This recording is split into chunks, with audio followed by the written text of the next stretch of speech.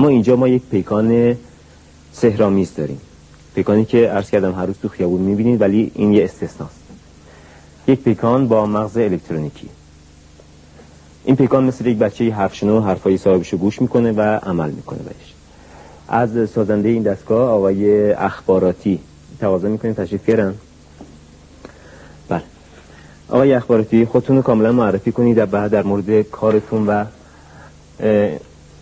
انگیزه‌ای که باعث شد این دستگاه رو بسازیم برای بینندگان عزیز ما مطالبی بفرمایید.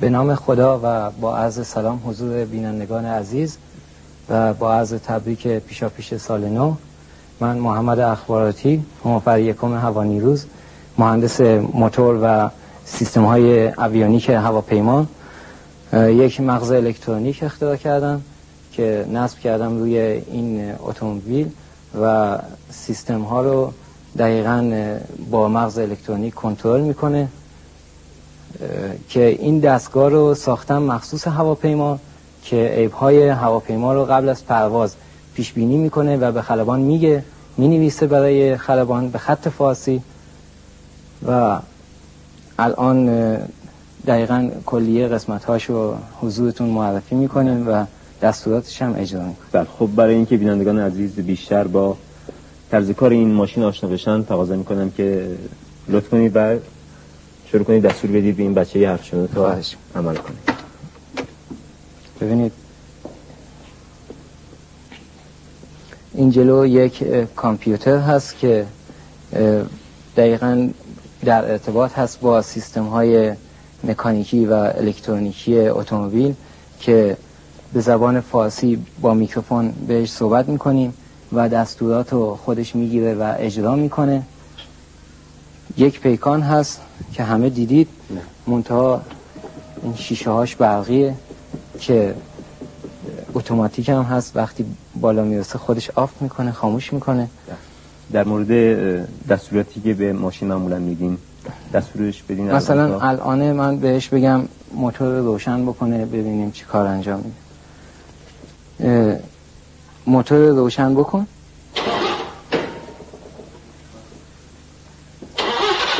استارت بزن روشن شد. الان بشم بگم خاموش کنه مسلماً با اون خاموش میکنه. ولی خب قبل از اینکه بگین خاموش کنه فکر میکنم روی شیشه اگر آب بریزه اتوماتیکمان این برق پاکنش هم اتوماتیک هست. خب ما یکم آب یعنی اگه آب بریزیم روی شیشه برق پاکنم خودش اتوماتیک کار میکنه. بفرمایید. آب که میریزیم روی شیشه در مقابل آب حساسیت داره و شیشه رو خودش تمیز میکنه. بعد وقتی که شیشه رو تمیز کرد اتوماتیک خودش میبره پایین و خاموش میکنه. کاملا حرفشنوی داره از آقای یعنی اخباراتی. اگر که من اشتباه بهش صحبت کنم، مثلا به جایی که بهش بگم روشن کن، بگم روشن نکن، هیچ وقت موتور روشن نمیکنه. یا کلمات رو اشتباه یا به صورتی که نهی اون کار باشه بهش صحبت کنیم اجرا نمیکنه. مثلا الان من بهش میگم روشن نکن، ببینید موتور روشن نمیکنه.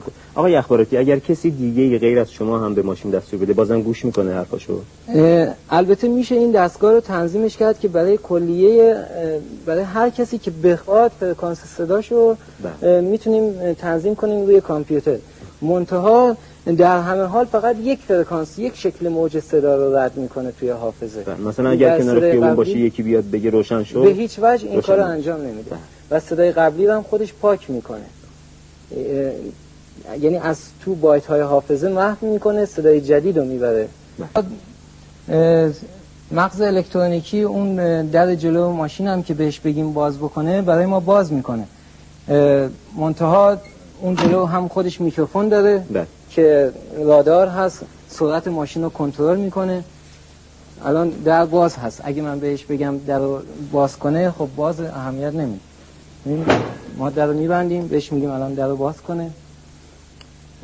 در کاپوت رو باز بکن. باز.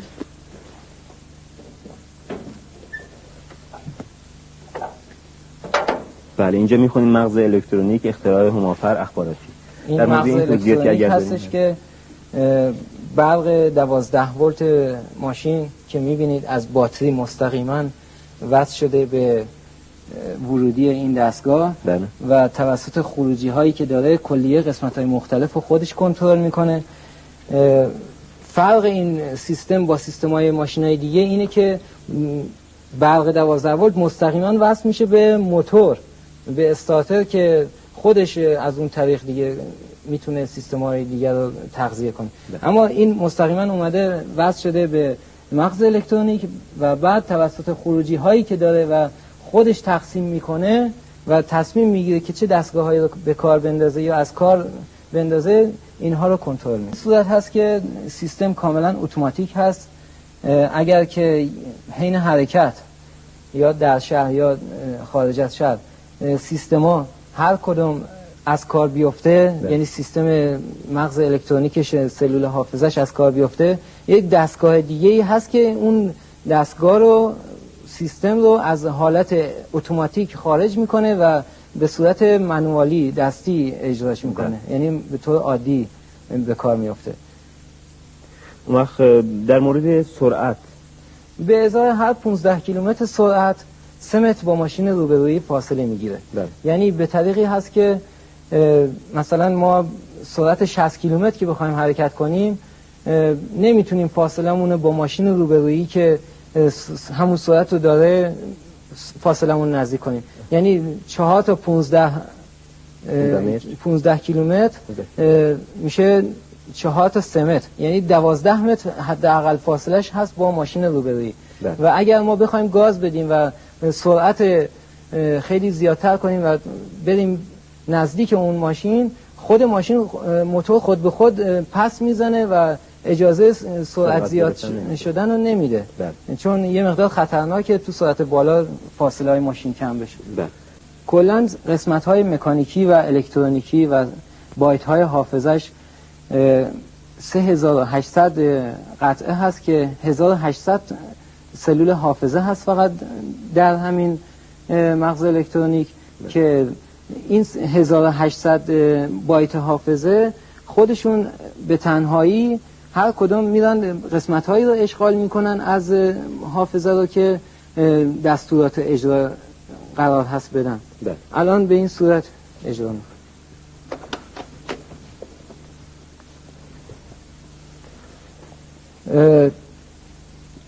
مثلا راننده خوابش ببره، تکونش میده، بیدارش میکنه. به چه صورت هست؟ به این صورت که موقع حرکت یک چشم الکترونیک روی این داشبورد هست که وقتی که راننده خوابش ببره دائم این چشم الکترونیک یک امواج ماورا بنفش میفرسته روی صورت راننده، روی چشم راننده، و چون چشم به صورت کروی شکل هست تو هر زاویه به چرخه یه برگشتی داره که برگشتش هم یک چشم دیگه اون جلو هست که میگیره و اگر چشم بسته بشه خود به خود اون برگشت قطع میشه و ماشین به لرزه در میاد و راننده رو بیدار میکنه از خواب. در مورد این که گفتین اگر توی دنده باشه روشن نمیشه، الان ماشین رو میذاریم تو دنده، بهش دستور میدیم ببینیم چه کار انجام میده. الان ماشین تو دنده هست، من به مغز الکترونیک میگم روشن بشه ببینیم چه کار میکنه. اگر که سیستم‌های استحفاظی رو نداشته باشه ممکنه تو دنده استارت بزنه و حرکت کنه و احیانا خطراتی رو به وجود بیاره، ولی این سیستم چون حساب شده هست کارهای دیگه انجام میده، آژیر میزنه، اطلاع میده که مثلا الان ماشین توی دنده هست. موتور استارت بزن، روشن بکن. الان ماشین تو دنده هست، آژیر میزنه که الان بایستی خلاص کنه. بسیار خوب، خلاص میکنه. وقتی که بهش میگم موتور روشن بکن خودش استارت میزنه، موتور روشن میکنه. وقتی که روشن شد توی همون لحظه استارت هم قطع میکنه.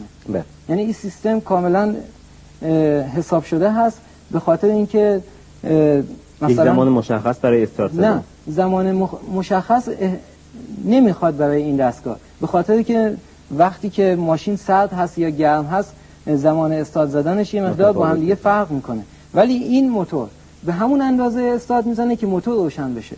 وقتی روشن شد تو همون لحظه دیگه استارت خودش قطع میکنه بدون از که راننده خودش این مسئله رو متوجه بشه. استارت بزن، موتور روشن کن. دیدید درست وقتی روشن کرد تو همون لحظه استارت رو قطع کرد. یعنی درست تو همون حافظه که الان اجرا کرده بود.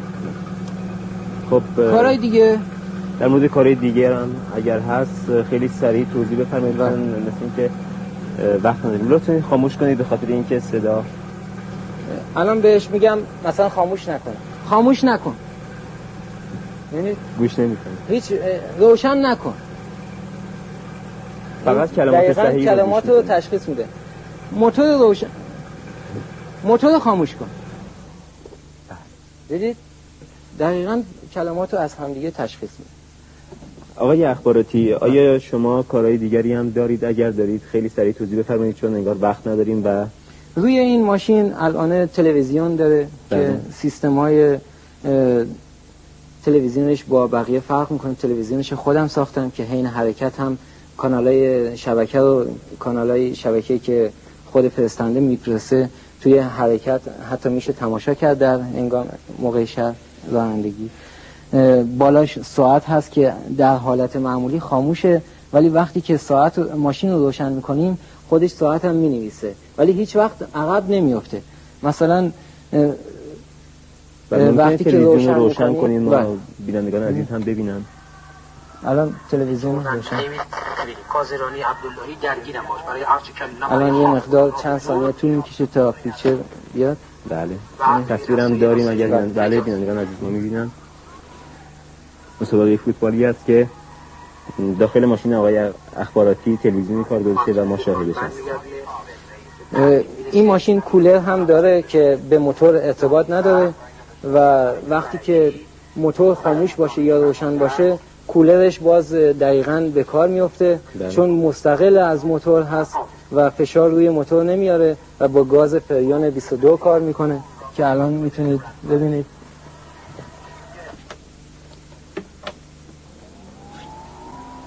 سیستم های دیگه هست که روی این ماشین، مثلا اشتباهات راننده رو پس میزنه، موقع سبقت گرفتن سر پیچ سبقت نمیگیره، وقتی که بخواد سبقت بگیره سر پیچ اطلاعاتی وارد کامپیوتر میشه. یکی این که یک رادار داره جلو ماشین که اون رادار ماشین روبرویی رو تشخیص میده.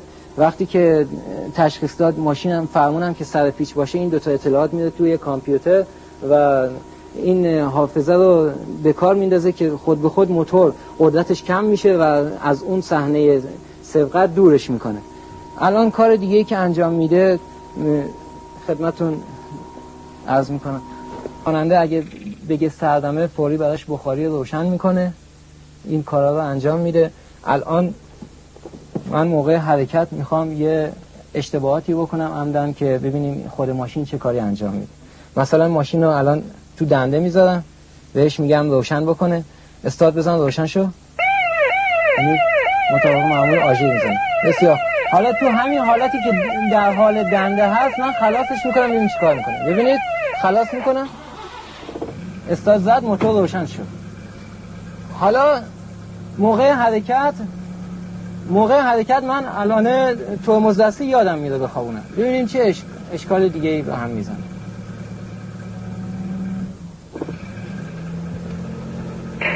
ببینیم الان بازم آژیر میکشه.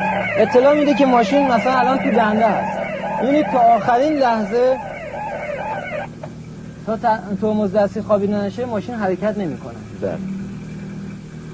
خب آقای اخباراتی، آخرین سوالم اینه که این وسیله، این مغز الکترونیکی آیا میتونه در دسترس همه قرار بگیره یا نه؟ همه میتونن از این مغز الکترونیک استفاده کنن. هزینه این چقدر هست؟ هزینهش تو خط تولید بره حدود 4000 تومان بیشتر نمیشه.